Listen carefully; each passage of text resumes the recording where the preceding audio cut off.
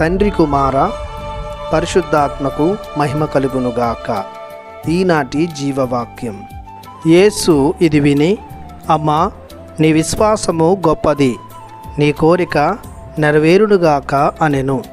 మత్తయి శుభవార్త 15వ అధ్యాయము 28వ వచనము. ప్రియ సహోదరి సహోదరులారా, దేవుని బిడ్డలారా, ప్రభువు నామములో మీకు శుభములు కలుగునుగాక. తండ్రి దేవుని కృపయు ప్రభువైన యేసునాథుని శాంతియు మీకు లభించునుగాక.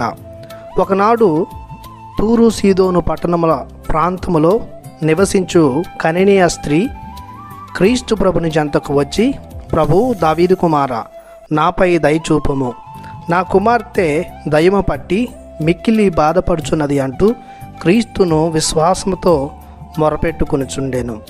క్రీస్తు ప్రభు ఆమెను దాటి వెళుతున్నను ఆమె క్రీస్తు భగవానుని వెంబడిస్తూ ఇంకా ఎక్కువ విశ్వాసముతో అర్థిస్తుండెను. క్రీస్తు ప్రభు ఆమెను కుక్కతో పోల్చి చెప్పినను ఆమె దానిని అవమానంగా భావించక తన విశ్వాసాన్ని నిరూపించే సందర్భంగా దానిని తీసుకొని చెదిరిపోని దృఢ విశ్వాసాన్ని ప్రదర్శించాను. క్రీస్తు ఆమె నిశ్చలమైన విశ్వాసానికి మెచ్చి, నీ కోరిక నెరవేరునుగాక అని గొప్ప ఆశీర్వాదం ఆమెకు దయచేశాను. తన కూతురిని దెయ్యం నుండి విడిపించాను. క్రీస్తు భగవానుడు కననీయ స్త్రీ వలె ఎవరైతే నిబ్బరమైన, నిశ్చలమైన, దృఢమైన విశ్వాసాన్ని కనపరుస్తారో వారికి ఇలాంటి గొప్ప ఆశీర్వాదాలను దయచేస్తాడు.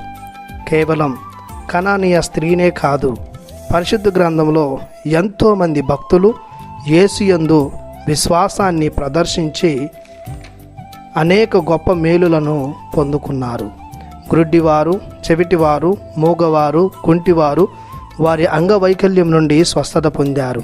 దయ్యం పట్టిన వారు వారి విశ్వాసం వలన విడుదలను పొందుకున్నారు. మనం కూడా నిశ్చలమైన విశ్వాసంతో యేసుని మన భగవంతునిగా ఎన్నవేళలా ఆరాధించుదాం, ప్రార్థించుదాం. కృప సత్య సంపూర్ణుడైన మా దేవ, మీ బంగారు పాదములకు స్తుతులు స్తోత్రములు చెల్లిస్తున్నాము. విశ్వాసమే మా సంతోషానికి, కాపుదలకు, రక్షణకు, స్వస్థతకు కారణమని మాకు ఈనాటి జీవవాక్యం ద్వారా తెలియజేశారు.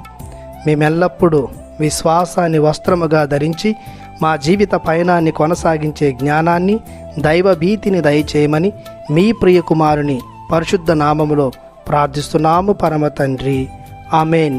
దేవుడు మిమ్ము దీవించునుగాక. ఆమెన్.